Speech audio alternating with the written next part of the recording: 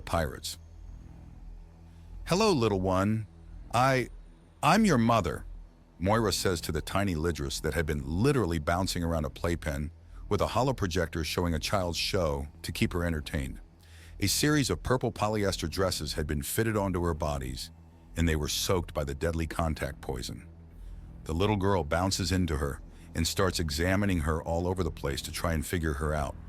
Without the pendants that Franklin had made, she would either be in a lot of trouble or already dead. Little, Moira begins to explain before the dam finally breaks and she can't hold it back anymore. The body holding onto her child grabs on and holds her tight. The bodies at the far end start trying to muffle the scream she can no longer contain as tears and helpless sobs come from another 3 bodies. 2 start helplessly laughing as the final body just collapses and starts hyperventilating as she tries to process everything all at once. She's lost everything, but she's survived. She's been brutalized, but she's made it. She's endured the blow. Those who've hurt her are all dead and deserve to be. But her family is likely gone, and she'd have to scour the galaxy to find any of them that still live, if any of them still live. Only this little girl remains. Years of service, training, and building a camaraderie all thrown away by someone else going crazy. The child, her child, pats her on the cheek, deadly to the touch and yet still trying to offer comfort. So much for a superweapon. The little girl doesn't want to hurt anyone. The focusing on the child and the sense of duty and obligation focuses her again. The tide of onrushing emotion is low enough to be dammed up again, and Moira focuses again. "Sorry about that, little one. I didn't mean to scare you." The sounds of curiosity are adorable and high-pitched. The lower body legs latch onto her, and the little girl starts hefting herself around. A touch of instinctual axiom use has her sticking to the underside of Moira's connective neck, which means that despite the bright coloring, she's going to be a downright quiet climber compared to other Lidris who often gouge out their grips in stone. Effective, but far from subtle. "Oh my goodness," Moira says, slackening her grip so that Liu Shu is the one who's holding on to her rather than the other way around. "Well, aren't we inquisitive? Are you going to freak out again?" A voice asks, and Moira turns a body to look back and sees Dr. Lena standing next to her tail. "No, I'm fine," Moira says. "I doubt it," Dr. Lena says as she makes sure to tuck the pendant to resist Liu Shu's poison under her shirt so that it can't be yanked off by accident. "Still, so long as you can function long enough to get the help you need to function more, then that's as good as I can reasonably expect of you. I'm not going to just break down and..." Her protest is very, very hollow. "You already did. A breakdown isn't some huge dramatic thing where a person just abandons everything and goes catatonic, which is something you did while also screaming and weeping and laughing," Dr. Lena says, and Moira looks away with all her heads. "Goodness, you Lidris are expressive. Is there something you want?" "No, I'm just here in case. You and you and Willow are in delicate conditions, so you're going to be followed around by a doctor for a while. Aren't you former pirates? And how does that stop us from being caring and efficient?" Dr. Lena asks. "It doesn't really fit the image," Moira states, "nor does conquering an entire world and then focusing on urban renewal rather than plunder. But we've done that too," Dr. Lena says, and Moira lets out a pensive sound. "Well, I don't think she's going to be a problem, but someone sorting through a literal 1,000 years of betrayal and a surprise super deadly child is likely to shift opinions on things fairly quickly." Agenda notes out loud as she watches through the mirrored window. The whole area was a repurposed bio-exclusion zone for testing. The little girl couldn't be trusted anywhere else.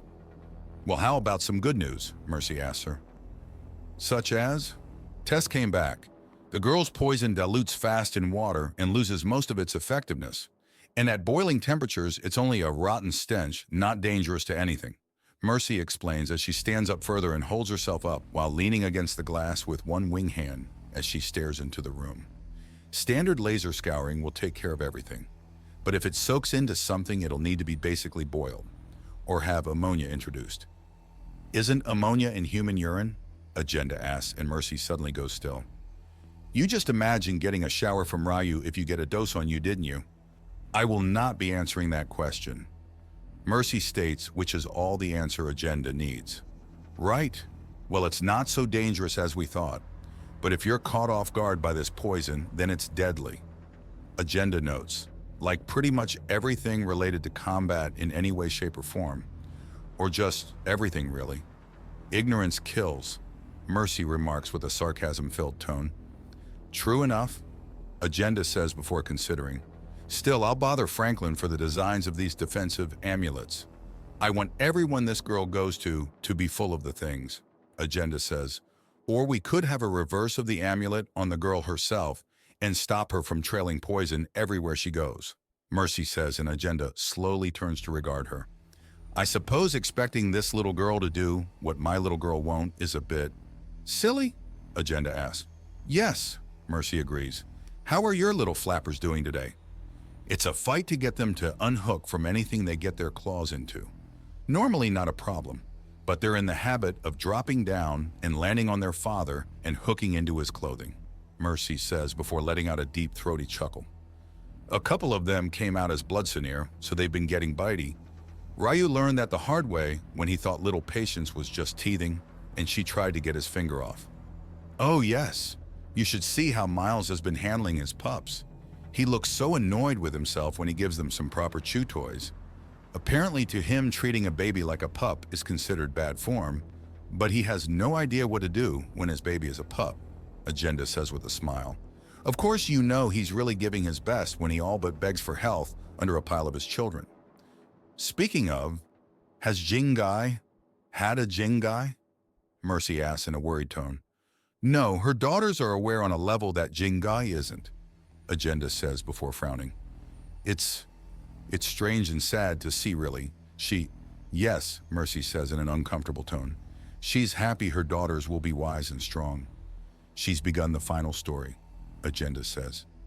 It's so weird that she's basing her life on those stories, Mercy remarks. She has some guidance for it, but it would be nice to... No, her life, not mine. I am not, Agenda says, and she feels the old scars flare up. Boss? Mercy asks in a concerned tone. Just memories. They're only memories now, Agenda says before turning back to where Moira is trying to guide little Liu Shu into making sounds that's closer to a proper language than just the burbles and babbles of a babe. Much like how the unrelenting Legion is merely a memory now, but for them. So you're really going to offer her a knighthood? No better way to give someone reason to fight for a world than to make part of it theirs. A fort, some fields, and maybe a small village to protect? Even if she doesn't officially sign up, she'll still show up at every fight for Vuxa. And if she doesn't, Mercy asks, then there are a few better excuses to strip someone of their rank and standing, Agenda says. Miles puts down his communicator after sending the text and clears his throat. So, cards on the tables, boys. What have you figured out? I don't think that gem Fennel is the original one. There was a preserved Lidris corpse deep in the lair. It's mummified and the DNA is badly damaged. But what we've pulled out of it matches up to Fennel's own code, meaning either a child, a mother, or something. Marcus explains, and there's a pause. We need to do a population scan, see if there's an entire genealogy of these lunatics. Sins of the father notwithstanding, prime mind is an inheritable condition. I'd prefer to know if we do or don't have some 6 to 12 brain sociopaths with enough physical strength to be a legitimate threat to a tank while unarmed. Miles replies and Marcus nods. Already started those wheels moving, but unless we want the subtlety of a sledgehammer, it's a few weeks away before we can even properly start. Official things need to go through official channels after all, Marcus says, and Miles nods at that. There is also the issue of scanning the damaged and degraded bodies to find out where they are to be buried. Many of them still have living relatives. It would be prudent to inform them that they can finally lay their loved ones to proper rest, Victor says. There's also the fact that we found one military lab on the planet, and where there's one of a thing, there might be others. We're going to have to scan the whole planet bit by bit to make sure we don't have another vault of nightmares about to wake up, Ryu states. This gets even worse when we recall that many races are capable of casual survival well beneath most of our equipment's crush depth. To say nothing about how the water and the sediments and life within it can interfere with a scan. Not to mention that a felled spaceship can be easily mistaken as an abandoned lab, Sai remarks after taking a sip of his drink. So we're going to be salvaging a lot of things and finding more and more madness. I think we may need archaeological training on this for some of this, Miles says. That or proper salvage lessons, Marcus adds. Delegate, Franklin suddenly says as he shows up covered in steam. He clearly took a shower, and with how wide his eyes are, he's drunken something highly caffeinated. What? Miles asks, and Franklin gives him a look that should be casual, but with how wired he is, it looks manic. Delegate, we're soldiers, not omni-skilled whatevers. Look for the people you need, and Franklin twitches. I drank too much. Excuse me. Then he's gone. The hell does that man do to himself? Jean-Luc demands. I caught him empowering caffeine with Axiom once. The man started shaking. I think he's done it again, Ryu says. Why would he do that again? Jean-Luc asks. Maybe he was looking to get the dosage right, Ryu asks with a shrug. Doesn't mean he's not right, Miles says as he pulls out his communicator again, and then Marcus passes his own to him. Galrana University? I didn't realize that it had survived. I was basically purging it of corruption to try and get it up to standards. It has an engineering division that could probably help us, and they should have contacts with archaeologists and other such researchers, Marcus says. How are you rooting out corruption? Miles asks. Same way I did it with the police. I try to bribe people under 1,000 different names and make a list of anyone who takes the bribe. Then I take their job, Marcus says.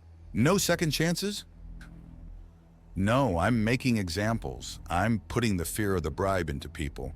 If they really need more money, they can do the smart thing and ask for a raise or a loan, Marcus says, and Miles shrugs. You're the reason why there's been so much turnover in the police, aren't you? Yes, now I get people trying to investigate me whenever I offer a bribe of some kind. Huh. Underhanded but unbribable police is a damn good thing, Miles admits, and Marcus nods. No. What else have you done? Relax, just some drills to try and keep everyone up to snuff, Marcus says. Drills with what? Shields, non-lethal weapons, and other things. It's something I want to see. A good, strong police force. Marcus says. Back to the topic of archaeologists. This university, you've not brought it up before. It used to be more of a diploma printing center and money laundering joint. Changing it from that into an actual place of learning isn't something that happens overnight, Marcus answers. But it's good enough to be of help now? Miles asks. It should be. If not, then I'll know to put the boot in. All right, get us in contact with them. Geologists, mathematicians, architects, archaeologists, and basically everything you can to try and find a way to find every possible lab, Miles orders. And what will that look like in your eyes? Marcus asked. A grid pattern of priority to find the more likely positions of the potential labs and such, followed by proper procedures to do so in the most efficient way possible. The sooner we can start, the sooner we can finish, Miles says, and Marcus nods. Right, I'll get on that then. With me, I want to take a look at this university, Miles says.